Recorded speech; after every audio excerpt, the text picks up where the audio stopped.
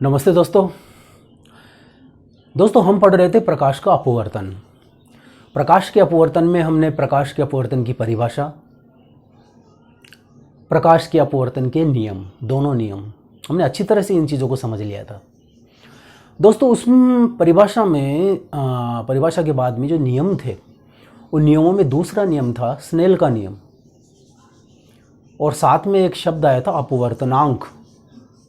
तो दोस्तों इन दोनों के ऊपर अलग से प्रश्न एग्जाम में पूछा जाता है। प्रश्न इस प्रकार से आता है कि अपवर्तनांक किसे कहते हैं, यह किन किन बातों पर निर्भर करता है, और या फिर प्रश्न आ सकता है कि स्नेल के नियम को समझाइए। तो ये क्या है, अपवर्तन का जो दूसरा नियम है वो है, पर अलग से प्रश्न आ सकता है, इसलिए हम थोड़ा सा इसको डिटेल में देख के अलग से इसके लिए प्रश्न और उसका उत्तर ढंग से नोट्स में तैयार कर लेते हैं। तो देखिए अपवर्तनांक किसे कहते हैं और अपवर्तनांक किन किन बातों पर निर्भर करता है, इस चीज़ पर हम थोड़ा डिस्कस कर लेते हैं। तो दोस्तों कल देखो हमने इसमें देखा था, एक बार फटाफट देख लो सामने। हमने देखा था ये एक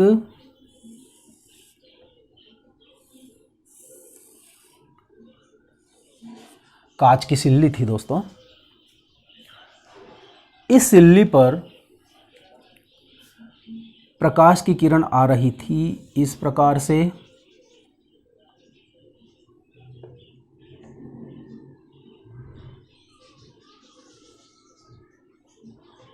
इस प्रकार से।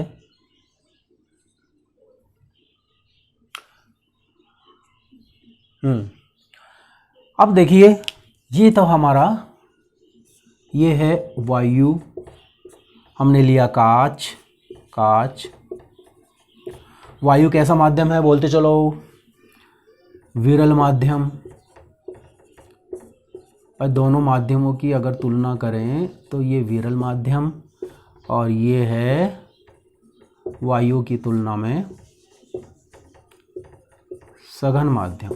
ठीक है, ये दोनों माध्यमों को पृथक करने वाला तल है, क्या कहेंगे इसको, पृथककारी तल। ठीक है, ये जो किरण आ रही है, आकर गिर रही है, अपने राजस्थान में आके पड़ रही है, तो इस किरण को क्या कहेंगे दोस्तों, आपतित किरण। आपतित किरण। ठीक है, यहां अपवर्तन की घटना घटेगी क्योंकि विरल से सघन माध्यम में जा रही है, इसलिए अभिलंब की ओर झुकेगी। तो यहां हम बना देते हैं इसका अभिलंब, बना दिया। अपवर्तन होगा, अभिलंब की ओर झुकेगी। लो सर, झुक गई। ये जो कोण होगा आपतित किरण और अभिलंब के बीच का कोण, अभिलंब के बीच का कोण क्या कहेंगे इसको, बिल्कुल सही, इसको कहेंगे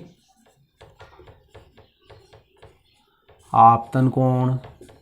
ठीक है, और प्रदर्शित किससे करेंगे, स्मॉल आई से। ये दोस्तों कौन सा कोण होगा, ये कोण कौन सा होगा, अभिलंब और अपवर्तित किरण के बीच का कोण, क्या कहेंगे इसको, अपवर्तित किरण। ठीक है, और क्या कहेंगे, अभिलंब और अपवर्तित किरण के बीच को कोण को, बताइए। वेरी गुड, क्या बात है, आंसर आ रहा है दिमाग में आपके, है ना। इसे कहेंगे हम अपवर्तन कोण। अपवर्तन कोण क्यों कहेंगे, क्योंकि अपवर्तित हो चुकी है किरण, अपवर्तन की घटना घट चुकी है। अपवर्तन कोण प्रदर्शित किससे करेंगे, स्मॉल आर से। स्मॉल आर से इसको प्रदर्शित करेंगे। ये चीज आ गई अपने पास। अब देखिए हम क्या करते हैं, या वैज्ञानिक थे स्नेल, उन्होंने क्या किया, उन्होंने ये किया, देखिए कोई भी चीज़ होती है ना जो वैज्ञानिक इवेंट करते हैं, खोजते हैं या कोई प्रयोग करते हैं, तो उस समय उनके लिए वो नई चीज़ होती है। पर जब हम उसका आगे जाके पढ़ते हैं उसको कि उन वैज्ञानिक ने ऐसा काम किया, हम तो यार नॉर्मल था तो हम भी कर सकते थे। अरे पहले जिसके दिमाग में चीज़ आई और उन्होंने प्रयास किया, प्रयास करके उनके निष्कर्ष निकाले, निष्कर्षों को सिद्ध किया, बहुत बड़ी बात होती है। तो देखिए स्नेल ने क्या किया, स्नेल ने ये किया कि प्रकाश की किरण को अलग अलग बिंदुओं पर आपतित किया, किसके, पृथक्कारी तल के। अरे भाई हमारे भी दिमाग में चीज़ आ सकती है कि यहाँ पर गिराया तो आपतन कोण इतना था, अपवर्तन कोण इतना था, नाप लिया हमने। अगर इसी प्रकाश किरण को यहाँ गिराएंगे तो आपतन कोण कितना होगा, अपवर्तन कोण कितना होगा, यहाँ गिराएंगे तो कितना होगा, यहाँ गिराएंगे तो कितना होगा, यहाँ गिराएंगे तो कितना होगा। स्नेल ने क्या किया, अलग अलग स्थितियों में किरण को अलग अलग बिंदुओं पर आपतित कराकर उनके आपतन कोण और अपवर्तन कोण को नापा। तो देखिए उन्होंने क्या पाया। एक सारणी बनाते हैं आपके लिए। देखिए ये तो हो गया आपतन कोण, ये हो गया दोस्तों अपवर्तन कोण, ये हमने बना दी इसके लिए एक, क्या बना दी, सारणी, ये बना दी सारणी। ठीक है, इसको थोड़ा सा हम इस तरह से कर देते हैं, बेटर लगेगा।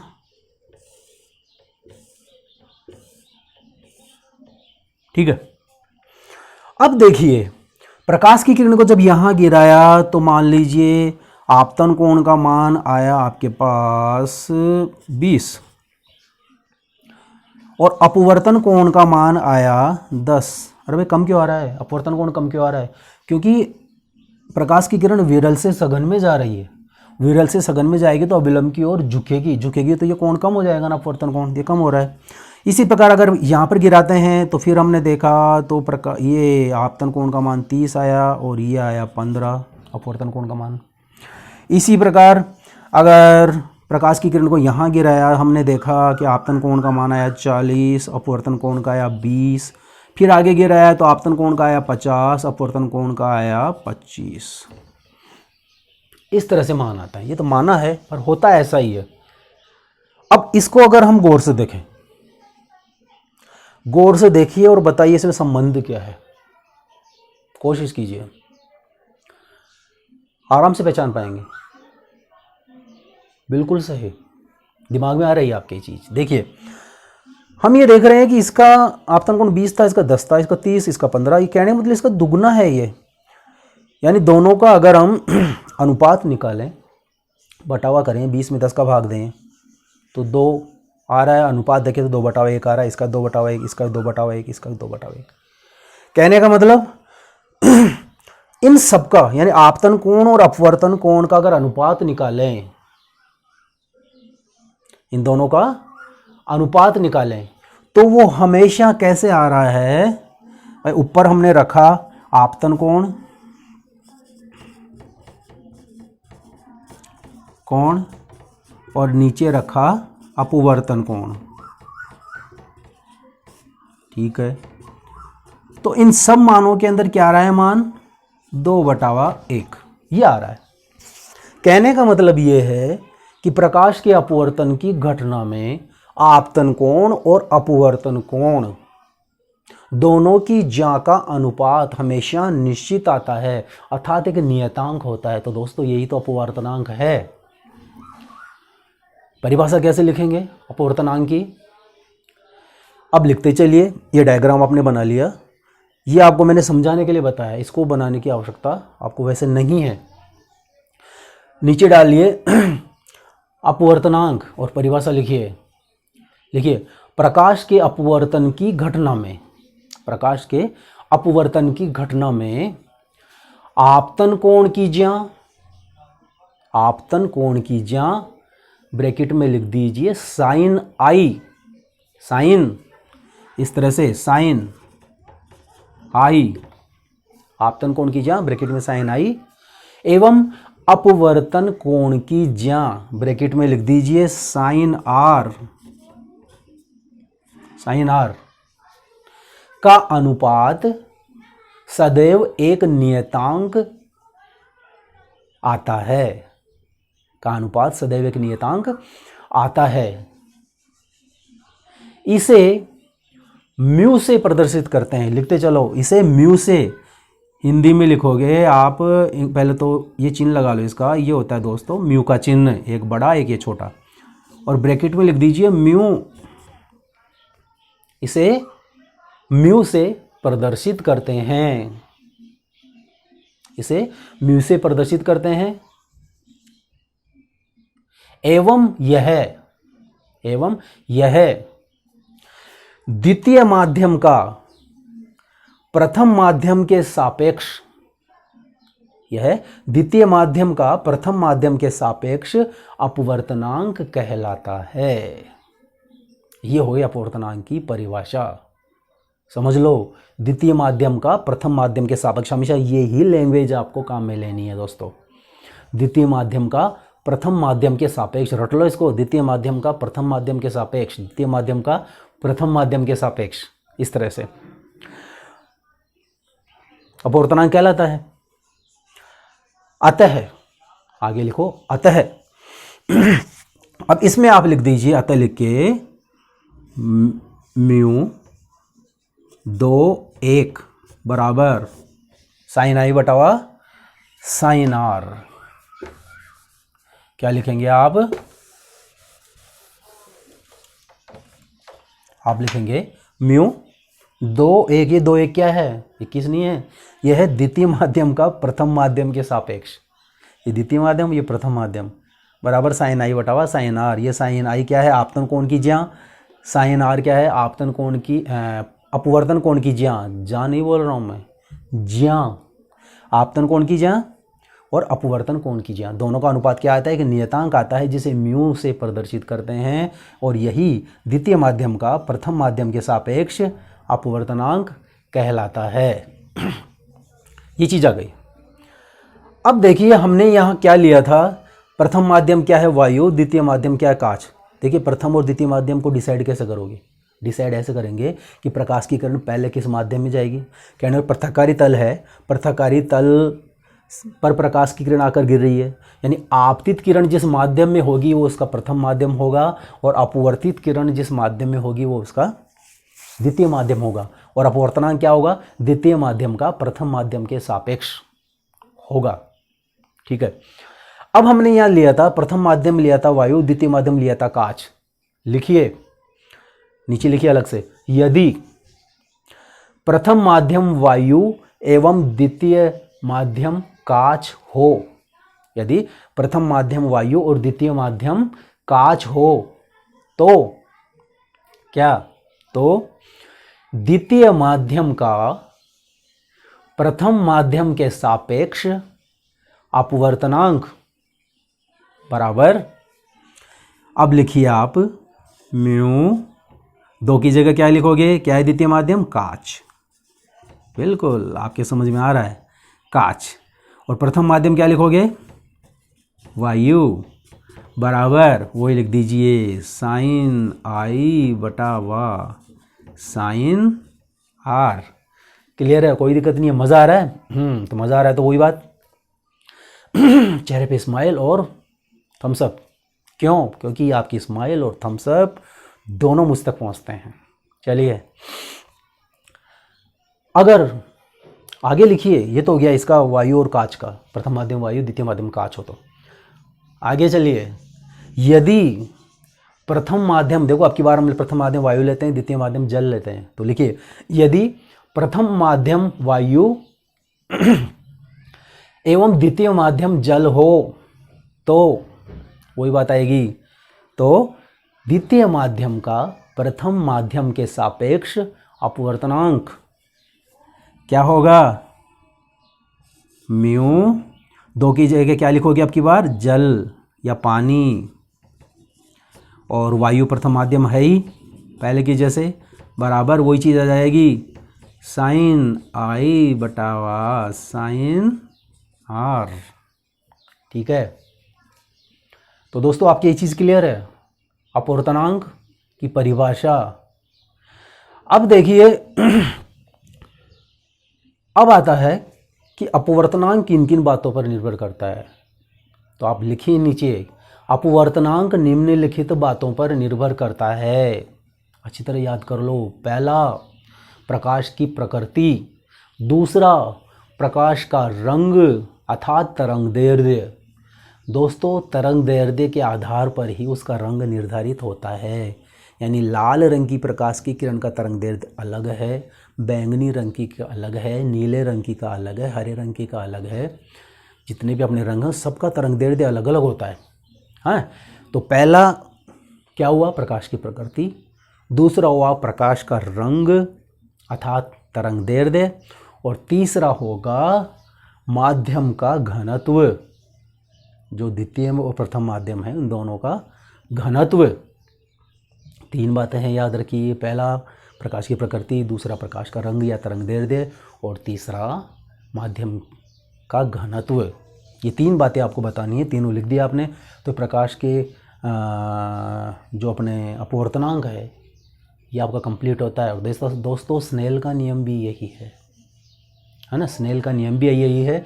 स्नेल का, अगर स्नेल के नियम के बारे में पूछ लेता, स्नेल का नियम किसे कहते हैं परिभाषित करो, तो आप टॉपिक डालेंगे और लिखेंगे स्नेल के नियम के अनुसार। थोड़ा सा लिख लो, बात वही आएगी लेकिन लिख लो। स्नेल के नियम के अनुसार प्रकाश के अपवर्तन की घटना के अंतर्गत आपतन कोण एवं अपवर्तन कोण की ज्या का अनुपात, ऐसे लिख सकते हैं, आपतन कोण की ज्या ब्रैकेट में साइन आई एवं अपवर्तन कोण की ज्या ब्रैकेट में साइन आर का अनुपात सदैव एक नियतांक होता है जिसे म्यू से प्रदर्शित करते हैं, एवं इसे द्वितीय माध्यम का प्रथम माध्यम के सापेक्ष अपवर्तनांक कहते हैं। अतः ये सूत्र लिख दीजिए और नीचे लिख दीजिए, इसी को स्नेल का नियम कहते हैं। अब दोस्तों हमने इतना देखा, ये अपवर्तनांक किसे कहते हैं, किन बातों निर्भर करता है, स्नेल का नियम क्या है, ये चीज़ें स्पष्ट हो गई। अब दोस्तों अगर अपवर्तनांक पर प्रश्न आता है तो देखिए प्रकाश के अपवर्तन में जो जो माध्यम हमारे काम में आ रहे हैं, जैसे निर्वात अगले जो हम पढ़ेंगे टॉपिक्स उनमें आएगा, निर्वात, वायु, जल, कांच, इनके अपवर्तनांक भी हमको याद होनी चाहिए। लिख लीजिए, मैं लिखा देता हूँ आपको, देखो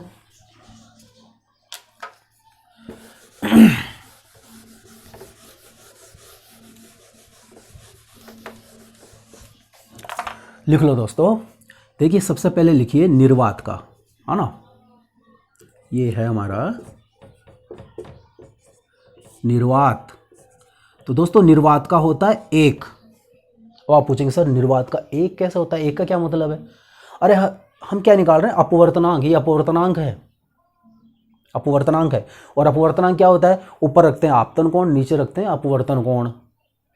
तो यदि आपतन कोण और अपवर्तन कोण दोनों का मान बराबर हो, मान बराबर कब होगा, जो दोनों माध्यमों का घनत्व बराबर होगा। अर्थात प्रकाश की किरण बिना मुड़े हुए सीधी निकलती जाएगी अपने मार्ग पर, अपवर्तन होगा ही नहीं उसका, प्रकाश की किरण का अपवर्तन होगा ही नहीं। कहने वाला प्रश्न आ जाए अगर आपके, देखिए कॉन्सेप्ट बेस्ड प्रश्न कैसे बनते हैं। ऐसे प्रश्न आ जाए कि एक माध्यम का अपवर्तनांक एक है, या कह दे कि दोनों माध्यमों का तुलनात्मक देखते हैं, तो माध्यम का अपवर्तनांक अगर एक है तो बताइए उसमें प्रकाश का अपवर्तन किस प्रकार से होगा, या आपतन कोण और अपवर्तन कोण के मान में क्या संबंध होगा। तो आप बोलोगे दोनों का मान समान होगा, प्रकाश की किरण का अपवर्तन नहीं होगा, ये बताएंगे आप। चलिए आगे। दूसरा है हमारे काम में आ रहा है वायु। तो वायु के लिए देखिए प्रकाश अपवर्तनांक का मान होता है 1.0003, यानी एक से अधिक है, यानी अपवर्तन हो रहा है पर कम हो रहा है।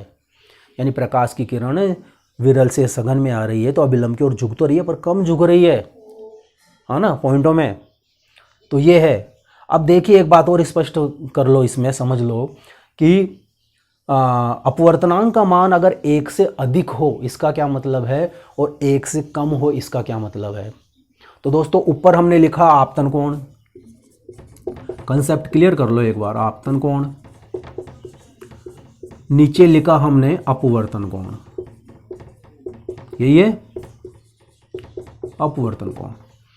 अब देखिए दोनों का मान 1 कब आएगा, जब ये बराबर हो, जैसे ये ऊपर भी 20 है नीचे भी 20 है, तो दोनों कट गए तो क्या आ गया 1। ये तो कब है, जब दोनों का मान बराबर हो, तो अपवर्तन की घटना होगी नहीं, प्रकाश किरण सीधे निकल जाएगी। ये कब, निर्वात में। अब चलिए 1 से अधिक मान कब आएगा, तब आएगा जब आपतन कोण का मान अधिक हो, अपवर्तन कोण का मान कम हो, तभी तो 1 से ज़्यादा जाएगा मान। समझ में आ रहा है। आपतन कोण का मान अधिक हो, तो आपतन कोण का मान अधिक कब होगा, ऊपर वाला ये बनाया था हमने, ये प्रकाश किरण आ रही थी, तो ये अभिलंब है, तो इसका मान अधिक कब होगा, जब इसका कम होगा। अपवर्तन कोण का मान जब कम होगा, और अपवर्तन कोण का दोस्तों कम कब होगा, जब प्रकाश की किरण विरल से सघन में जाएगी। यानी कि अपवर्तनांक का मान 1 से अधिक कब होगा, उसी स्थिति में होगा जब प्रकाश की किरण विरल से सघन में प्रवेश कर रही है। तो ये क्लियर है आपके, ये चीज़, यही कंसेप्ट मैं आपका क्लियर करवाना चाहता था।